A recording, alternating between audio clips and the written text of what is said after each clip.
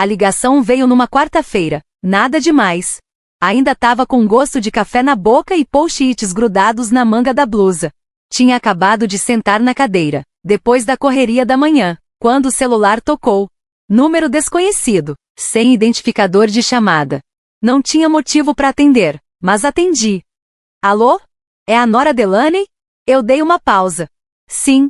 Aqui é o Charles, do Banco Liberty National. Estamos ligando sobre o saldo da sua hipoteca. O valor atual é de $523 mil. Fiquei confusa. A gente mandou vários avisos, ele continuou. Mas eu não tenho hipoteca, falei, com a voz mais seca do que queria. Você deve estar ligando para a pessoa errada. Silêncio. Senhora, o arquivo aqui mostra seu nome, sua data de nascimento, seu número do seguro social. Você é a titular do empréstimo. Foi aberto há 3 anos. 3 anos. Minha cabeça parou. Foi nesse mesmo ano que minha irmã mais nova, a Meline, começou a falar em comprar uma casa. Chamava de novo começo. Queria um lugar grande o bastante para ter uma família. Lembro dela mostrando fotos do Pinterest na mesa de jantar, rindo dos problemas com crédito como se fosse piada. Mamãe disse, a gente dá um jeito. Família é para isso. Mas não desse jeito. Terminei a ligação tentando ser educada. Fiquei ali, parada, olhando pro nada. O barulho do ventilador do notebook era a única coisa que dava para ouvir. Minhas mãos estavam suadas, a boca, seca. Fiquei repetindo para mim mesma que devia ser um engano. Um erro no sistema, sei lá, alguém com o mesmo nome. Mas meu instinto dizia que não. Abri a gaveta do lado da cama e comecei a mexer nos papéis antigos, cartões de aniversário, contas velhas. Achei uma carta da Liberty, um panfleto sem graça que joguei fora meses atrás. Na hora, nem liguei, mas agora, parecia um aviso que eu ignorei. Sentei no chão do apartamento, cercada de envelopes e folhas soltas. Minha vida toda ali, espalhada. Eu não tinha casa, nem carro financiado, nada, sempre fui simples com dinheiro. E mesmo assim, alguém colocou uma dívida de $500 mil no meu nome. E não foi qualquer pessoa. Só uma galera tinha acesso ao meu nome completo, meu número de seguro, minha assinatura. Depois de anos ajudando com formulários do governo, documentos médicos, pedidos de banco, minha família. O pensamento veio antes de eu conseguir segurar. Eu não queria acreditar. Mas tem traição que não arromba a porta, só vira a chave em silêncio, pelas costas. Não dormi aquela noite. Fiquei deitada, olhando o teto, com um pensamento na cabeça. Se tivessem me pedido, eu teria dito sim. Acho que não, mas esse nem era o ponto. Eles nem me deram escolha. De manhã, eu já sabia que não foi erro. Tudo fazia sentido demais. O tempo, o jeito como falaram, o silêncio. A Meline falava da casa dos sonhos meses antes da data do contrato. Varanda, porão arrumado, espaço pros filhos. Na época, ela estava sem emprego. O crédito dela estava péssimo. Mas mamãe disse, relaxa, Maddi sempre dá um jeito. Pelo visto, o jeito era usar meu nome. Comecei a vasculhar a pasta com documentos antigos. Fazia anos que eu não mexia.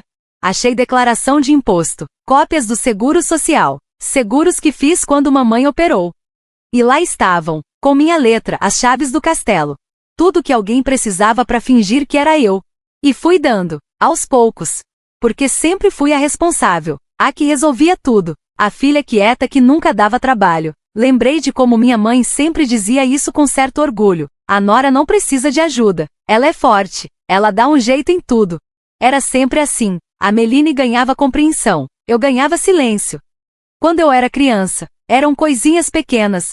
Ela esquecia de arrumar a bagunça e diziam que era só uma fase. Eu esquecia alguma coisa e já vinha. Você sabe o que é certo, né, Nora? Ela batia o carro. E o pai falava, pra isso que existe seguro.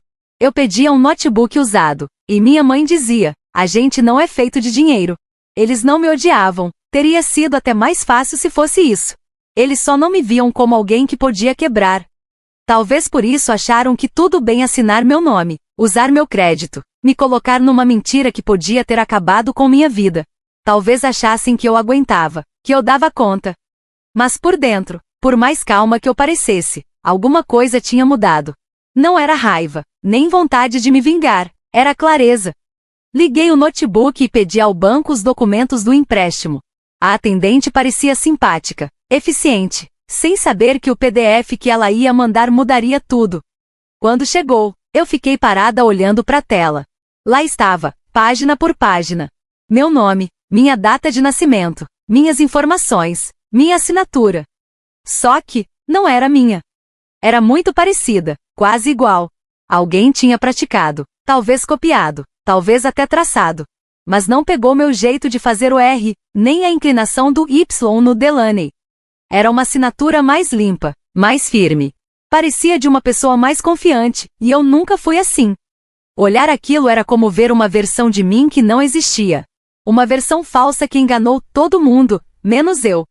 E o pior de tudo, eu sabia exatamente quem tinha feito. Não liguei para ninguém. Não mandei mensagem para Meline. Não escrevi texto nervoso para os meus pais perguntando como conseguiram fazer isso comigo. Não gritei, não fiz escândalo. Só comecei a juntar todos os papéis que me ligavam a eles. Declarações de imposto, autorizações médicas, formulários de empréstimo estudantil que assinei quando meu pai perdeu o emprego. Voltei quase 10 anos no tempo, pasta por pasta. Fui montando um rastro de papel, em silêncio. Tinha tantas assinaturas, tantos momentos pequenos em que eu disse sim, por amor, por costume, por sentir que era minha obrigação.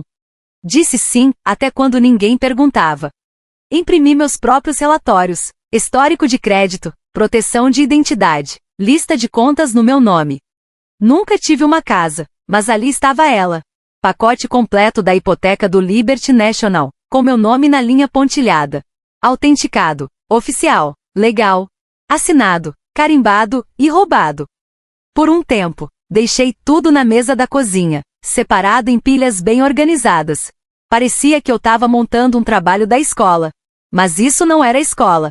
Era sobrevivência. Uma amiga do trabalho, a Sloan, percebeu que tinha algo errado. Me viu parada, olhando pro nada no horário do almoço, e me puxou de lado. Você tá parecendo que tá segurando a respiração, ela disse. Contei tudo pra ela. Nem sei por quê. Talvez porque ela fosse uma das poucas pessoas que perguntava como eu tava, e queria mesmo saber. Ela não tentou me consolar. Só pegou o celular e falou. Liga pra esse cara, ele é bom, não tem medo de bagunça de família. E foi assim que conheci o senhor, Whittaker. Um senhor mais velho, ex-militar, com aquele jeito de quem fala só o necessário. Sentei com ele num café pequeno, a uns 3 quarteirões da minha casa. Sem recepcionista, sem frescura. Só ele, um bloco de anotações e um café preto.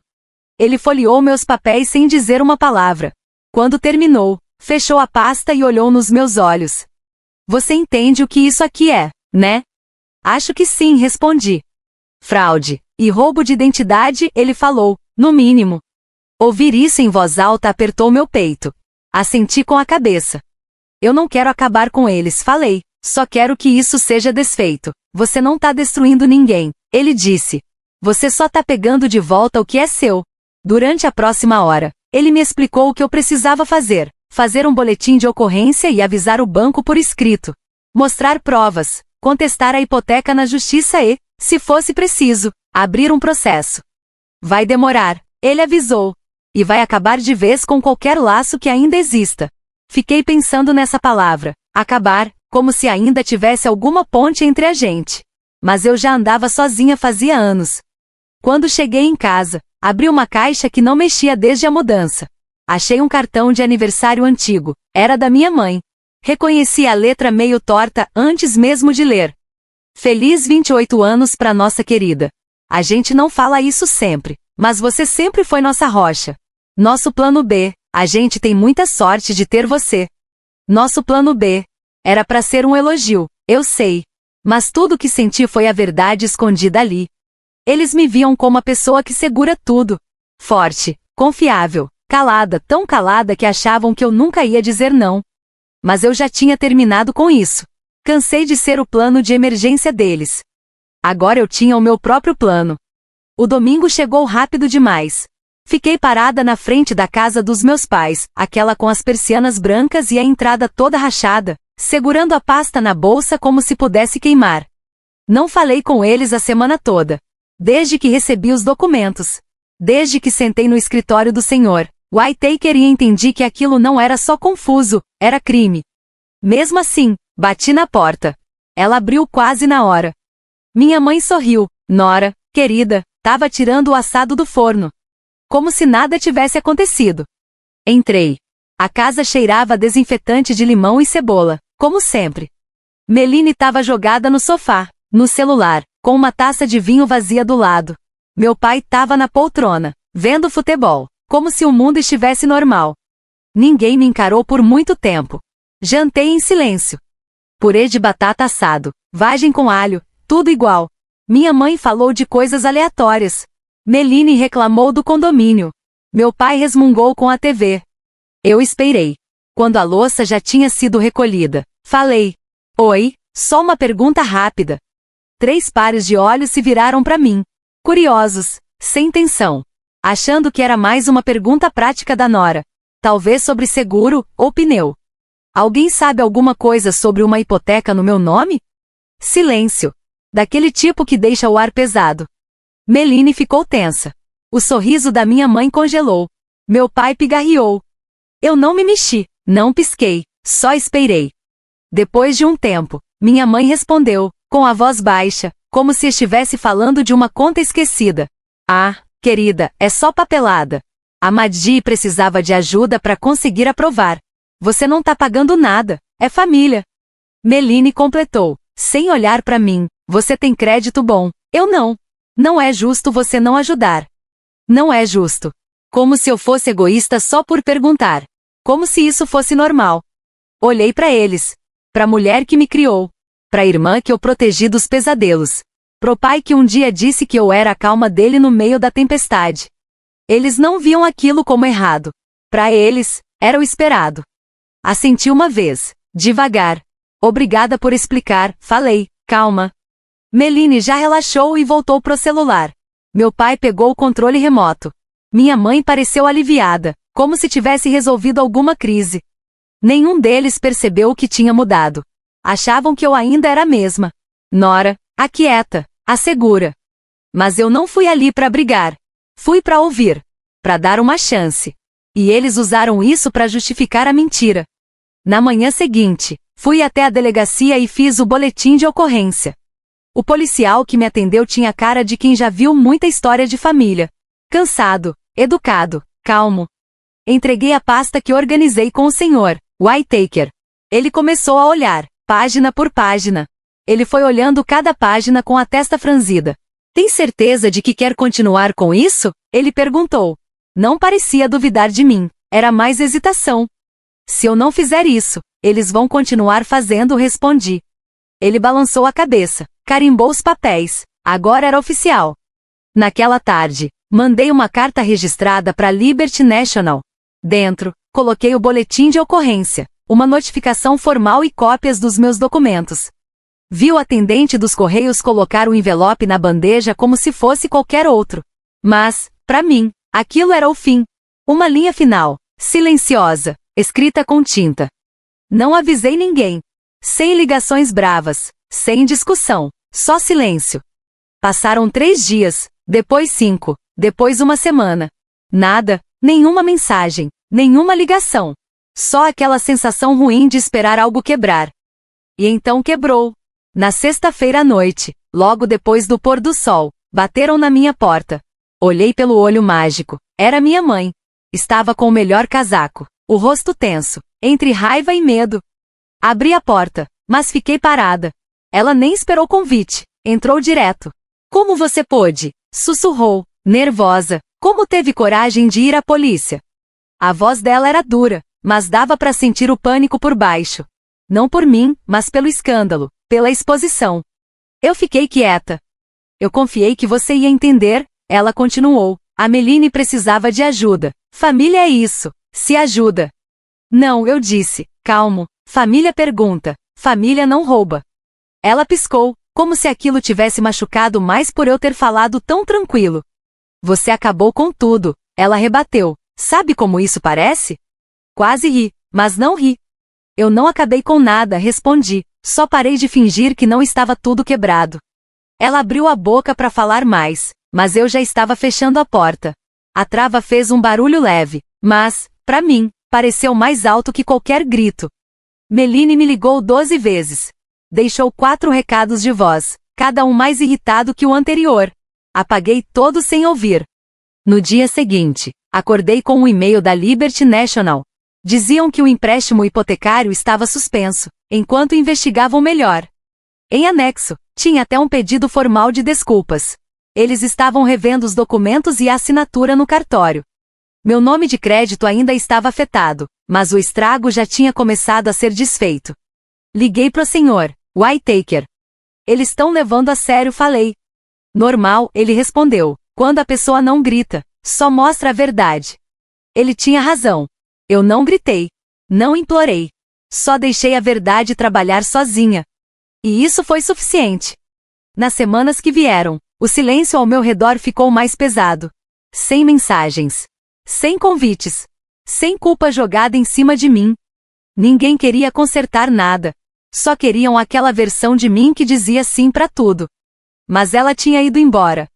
Nos fins de semana, comecei a fazer coisas que eu tinha esquecido que gostava. Ir na feira, comprar flores pra mesa da cozinha. Sentar em silêncio com um livro. Sem celular tocando. Eu não queria vingança. De verdade. Eu só queria paz, distância. Pela primeira vez, eu tive os dois.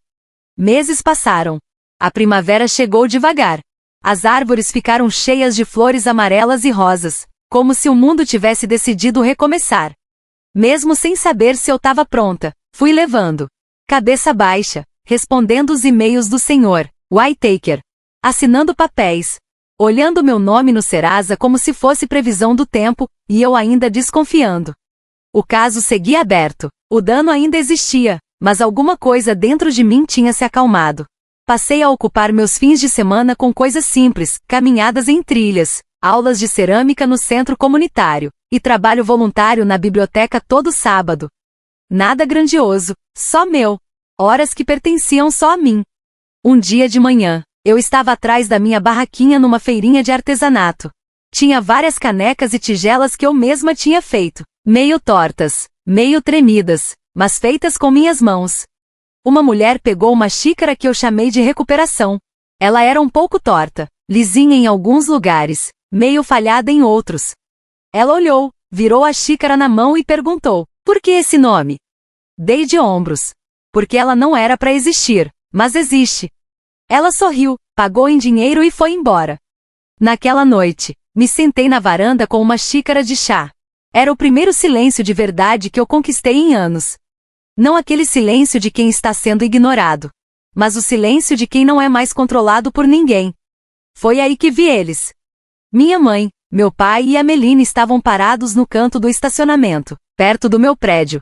Pareciam perdidos, sem saber se vinham até mim ou iam embora. Estavam menores do que eu lembrava. A maquiagem da Meline estava borrada. A camisa do meu pai, amarrotada, para fora da calça. Minha mãe segurava a bolsa como se fosse a única coisa firme que ela ainda tinha. Desci devagar, sem correr, sem me esconder. Quando me viram, congelaram. Nora, minha mãe chamou, com a voz tremendo. A gente errou, mas ainda é família. Meline deu um passo para frente. Eu só preciso de ajuda, só por um tempo. Por favor, não deixe a gente de lado. Mas eu não sentia mais raiva. Não tinha mais fogo dentro de mim. Só um silêncio calmo. Aquele tipo de silêncio que vem quando você finalmente entende. Eles não estavam ali porque me amavam. Estavam ali porque precisavam de mim de novo. Coloquei minha bolsa no chão e olhei para eles. De verdade, um por um. Espero que um dia vocês entendam o que é ser uma família de verdade, falei, com calma. Não é algo que se rouba, que se finge ou que se usa só quando é conveniente. Peguei do bolso um envelope pardo. Dentro tinha uma cópia do documento da hipoteca falsa. Meu nome lá, as assinaturas deles. E um carimbo vermelho bem grande, nulo. Atrás disso, coloquei um cartão de aniversário antigo. Aquele que dizia, você sempre foi nosso plano B. Entreguei o envelope para minha mãe. As mãos dela tremiam quando pegou. Não tô mais brava, eu disse, já passou. Ela abriu a boca para responder, mas eu continuei. Agora eu tô livre, e não vou voltar. Me virei e fui embora. Cada passo meu na escada parecia mais pesado que qualquer briga. Não olhei para trás. Lá no alto da escada, parei. O vento bateu no meu casaco. O sol já ia se pondo, fazendo sombras longas no chão. Sussurrei só pra mim. Às vezes, ir embora é a coisa mais alta que a gente pode dizer. E eu disse. Eles usaram meu nome como se fosse deles. Mas agora ele é só meu. Sem gritar. Sem avisar. Só um silêncio que eles nunca vão conseguir ignorar. Se você já foi tratada como plano B, você entende porque eu nunca mais olhei para trás. Se inscreve aqui se você também tá cansada de ficar em silêncio. Algumas verdades não são para serem perdoadas. São só para nunca mais serem esquecidas.